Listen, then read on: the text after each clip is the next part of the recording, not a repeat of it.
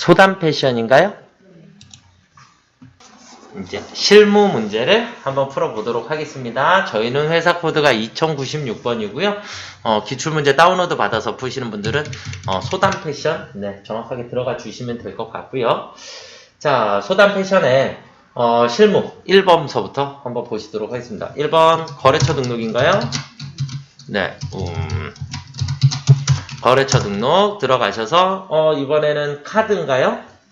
네, 그래서 신용카드에 가셔서 99605번 시티카드 해주시고 유형은 매입인가요? 2번 그러면 카드 번호를 입력하시도록 되어 있으니까 9410-0900-5580-8352 네. 중간에 슬러시 치셔도 되고 마이너스 표시하셔도 되고 안 하셔도 됩니다. 그래서 사업용 신용카드라고 주어져 있고요. 이해가 되셨습니까요? 네, 사용 여부는 당연히 여라고 되어 있으니까 여기에 있어요. 확인해 주시면 될 것 같고요. 이해되셨죠? 네. 자, 그 다음은요, 두 번째는 계정 과목 및 적요 등록입니다. 계정 과목 및 적요 등록 들어가셔서 그냥 819 치시면 819번 임차료라는 계정 과목으로 바로 가고요. 여기에 현금 적요 7번. 현금 적요 7번에 공기청정기 임차료 지급. 다음에 또 7번 공기청정기 임차료 미지급. 이해가 되셨나요? 네, 이렇게 해서 항상 내려갔다 올라가서 다시 글자 그대로 있는지 확인해 주시면 될 것 같고요. 자, 정기분 재무제표를 검토한 결과 다음과 같은 오류가 발견됐다. 모든 정기분 재무제표의 관련 부분을 수정하시고. 자, 원가명세서부터인가요?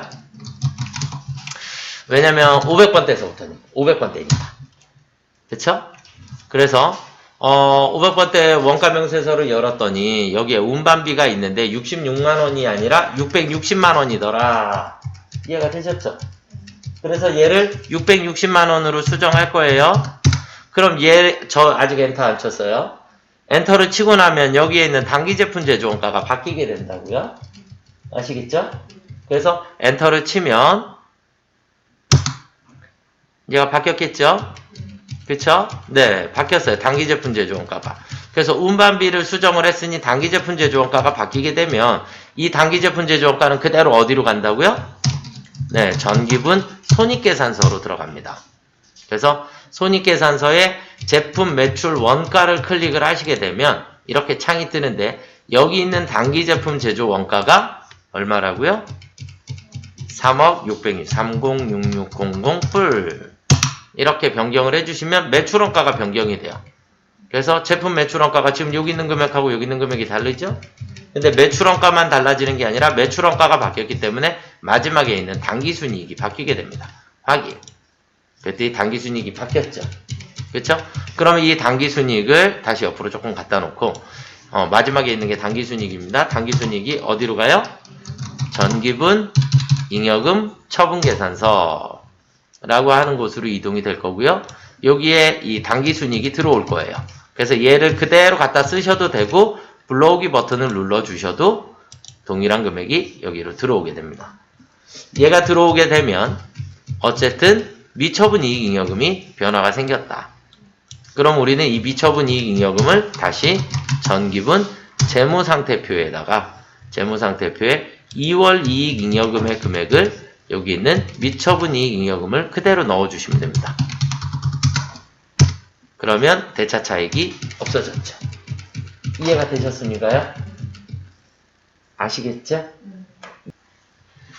여기까지 3번 문제를 풀어드렸습니다. 자, 그 다음은 이제 일반 전표서부터 시작을 다시 해보도록 하겠습니다. 07월 20일 국민은행에서 상환하기로 하고 500만원 차입하여 미지급금을 지급하였다 그랬죠? 그러니까 우리는 차변에 미지급금 누구께 없어져요? 선매이? 그쵸? 선매이의 미지급금이 500만원이 없어지는데 이 500만원을 올해 상환하기로 하고 차입했죠? 그러니까 단기 차입금이 생기겠죠? 근데 차입금은 국민은행 차입금이 생기면 되겠죠. 이해가 되셨죠? 그러니까 돈을 빌려서 돈을 갚았다. 그 얘기예요. 그러니까 돈은 들어오자마자 나가버렸으니까. 그래서 미지급금이 없어지고 차입금이 생기면 되는 거랍니다. 자, 그 다음은 8월 21일. 08월 21일. 공장 이전을 위해 신축 중이던 건물이 완공되어 취득세와 관련된 공과금 보통예금 계좌에서 지급하였다. 그런데 문제가 있을 것 같네요. 합계잔액 시산표로 한번 가볼까요? 없어야지 되는 게 당연할 것 같기는 한데 건설 중인 자산은 이미 정리가 끝났죠? 제가 이거 확인을 원래 문제상에서 어떻게 돼요? 건설 중인 자산이 있으면 짓고 있던 게 완공이 되면 건설 중인 자산이 모두 다 없어지고 건물이 생겨야지 되니까. 그런데 그 과정은 이미 회계 처리가 되어 있는 상태인 것 같아요. 그럼 이제 추가 비용에 대한 회계 처리만 해주시면 됩니다. 그래서 추가 비용으로 들어간 게 우리가 대변에 보통예금이 750이 빠져나갔죠? 맞나요? 그럼 우리 차변에 뭐라 해요? 빙고. 당연히 건물에다가 원가에 포함해야 되겠죠? 네. 자, 그 다음은 8월 30일로 가보도록 하겠습니다. 8월 30일. 단기 차입금 상환하기 위해 보통예금 계좌에서 500만원 국민은행에 이체하였다. 그럼 대변에 보통예금이 500만원이 빠져나갔나요? 네. 그리고 차변에 가서 우리 뭐가 돼요? 네. 단기 차입금. 단기 차입금 국민은행 해주시면 되겠죠? 네. 자, 그 다음은 9월 10일입니다. 09월 10일날. 9월 10일날. 급여 지급하면서 원천 징수한 소득세를 카드로 납부했대요. 그러면 우리는 차변에 예수금이 16만원이 없어지고, 대변에 미지급금, BC카드.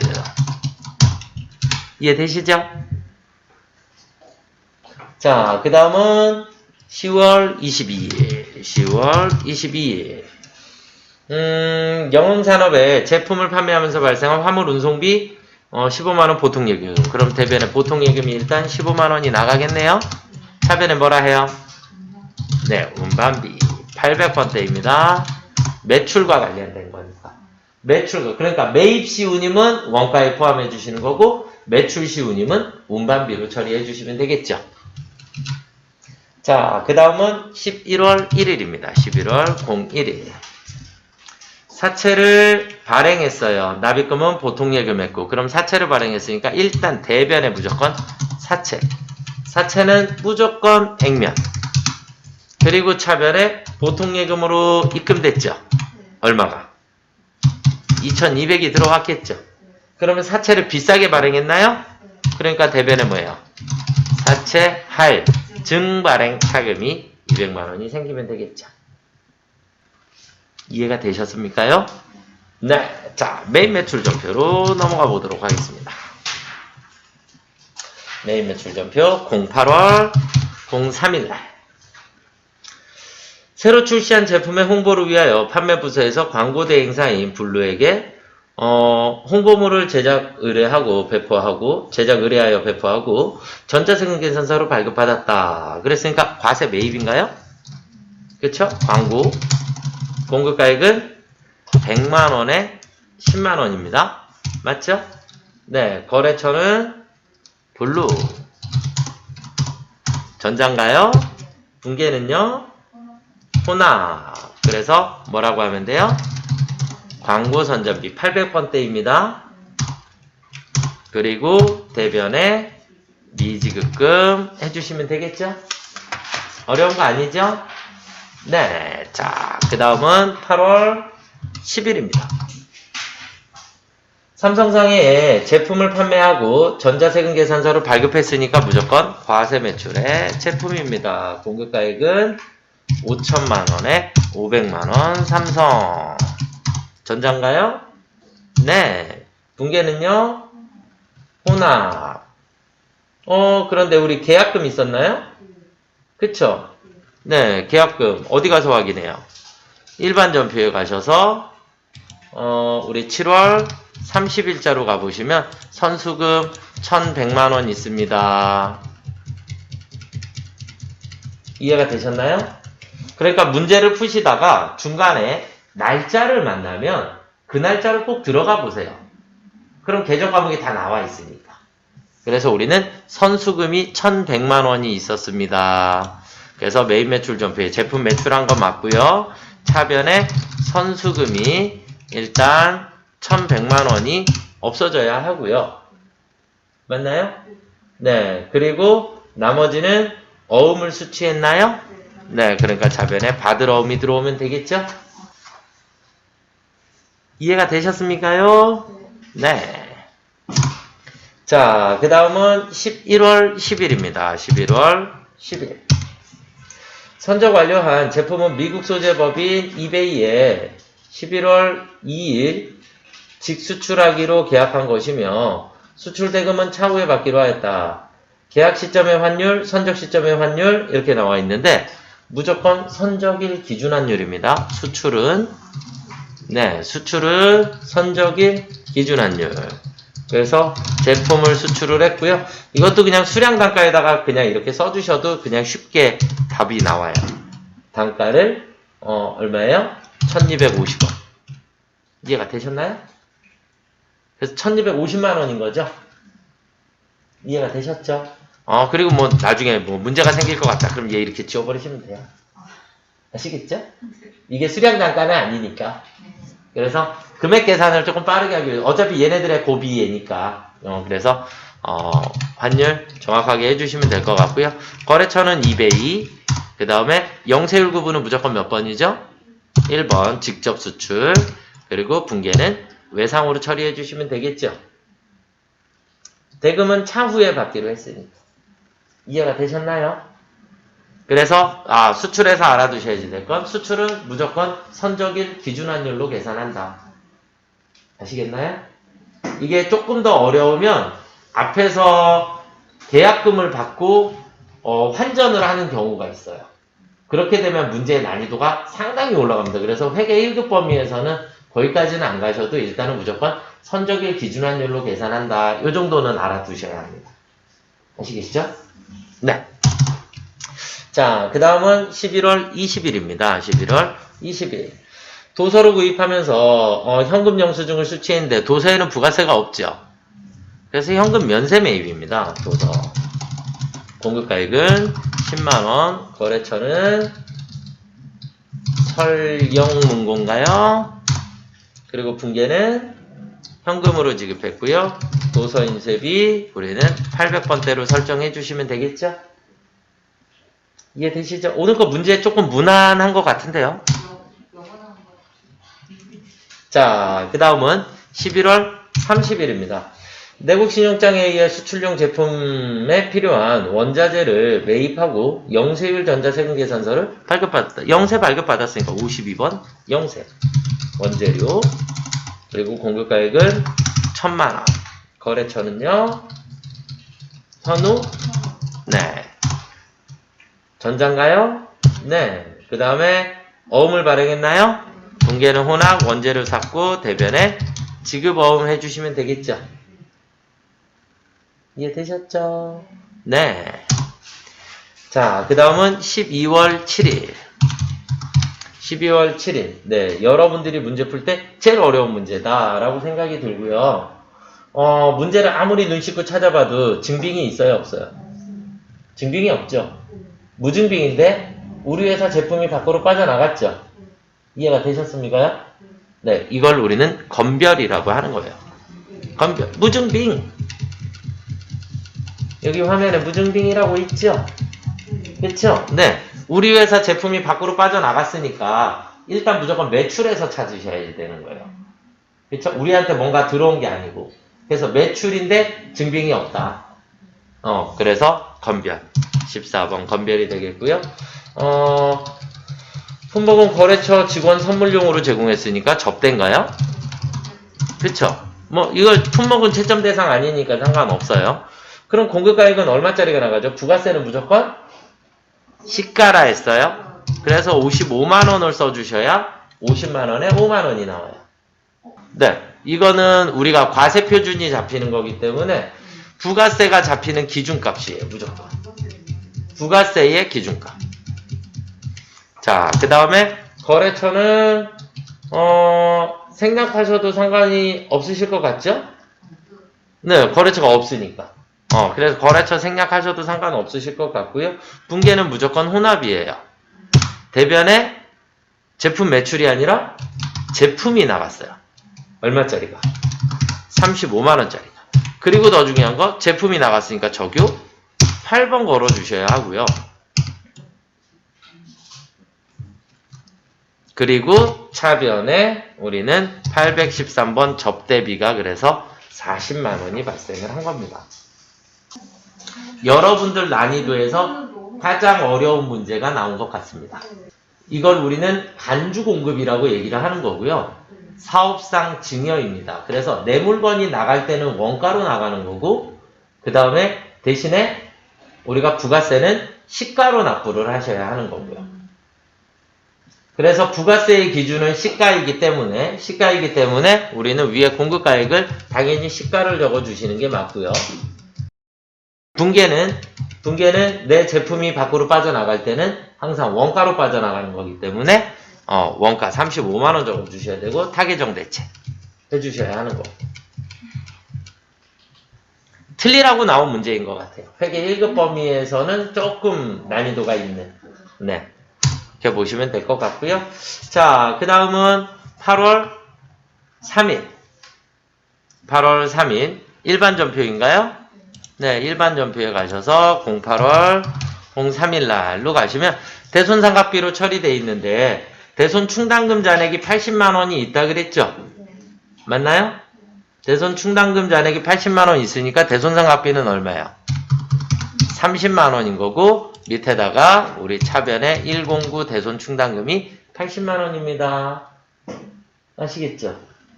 네, 이렇게 해주셔야 되고 혹시라도 대손 충당금을 먼저 쓰시게 되면 전표번호가 바뀌니까 전표번호 수정해 주셔야지 되는 거. 같은 번호로 만들어 주시면 됩니다. 항상. 네, 그것만 신경 써 주시면 될 것 같고요. 자, 그 다음에 업무용 승용차 구입하고 불공제로 입력하였다 그랬어요. 그럼 메인 매출 전표에 12월 20일 날로 가봤더니 불공의 모닝 이렇게 되어 있는데 현금이죠. 그쵸? 네. 그리고 원재료라고 해놨네요. 여기가. 그쵸? 근데 그게 아니라 불공이 아니고 모닝은 천시시기 때문에 경차니까 매입세 공제 대상입니다. 이해가 되셨습니까요? 매입세 공제 대상이고 세금 계산서 수취했죠? 그렇기 때문에 불공이 아니고 과세 매입입니다. 과세 매입. 공급가액은 부가세 별도라 그랬으니까 1195만원에 119만 5천원 기아자동차 남양주지점이고요. 전자 세금 계산서 수취했고 대금 결제는 현금으로 지급했죠? 맞나요? 그러면 원재료가 아니라 우리 뭐라고 해야 돼요? 차량 운반구가 생기면 되겠죠? 이해가 되셨습니까? 네, 그래서 유형 변경해 주시고 그 다음에 차량 운반구 변경해 주시고 이렇게 처리해 주시면 될 것 같습니다. 자, 그 다음은 결산 문제입니다. 결산 문제 1번, 2번은 수동 결산이고요. 그 다음에 3번은 자동 결산입니다. 다 수동으로 하셔도 상관없으세요. 그런데 3번은 자동 결산으로 가면 그냥 공짜로 문제를 풀어지니까. 네.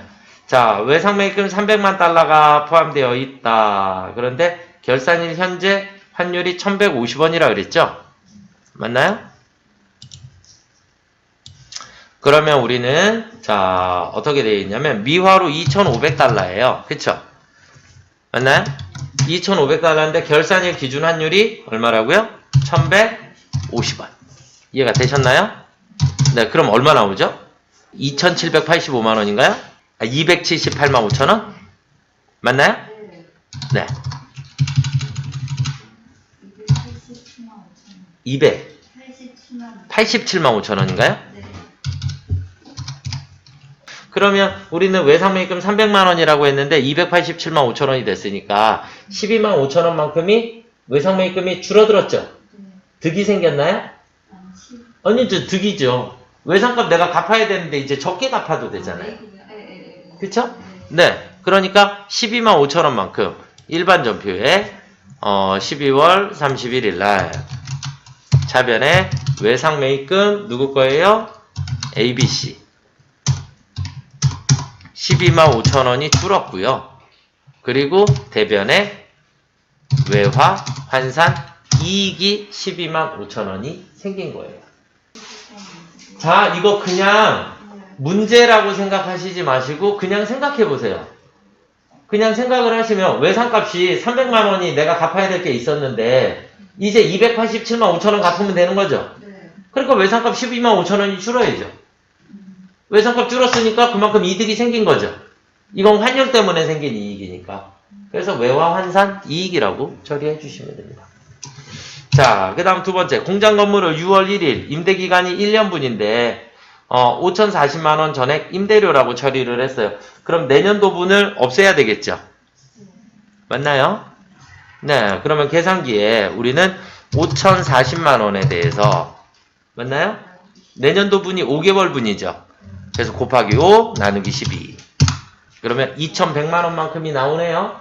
그럼 2,100만원만큼 미리 받은 거죠? 네, 그래서 우리는 차변에 임대료 얼마였다고요? 2,100. 그리고 대변에 내년 거 미리 받았으니까 선수 수익이 되겠죠?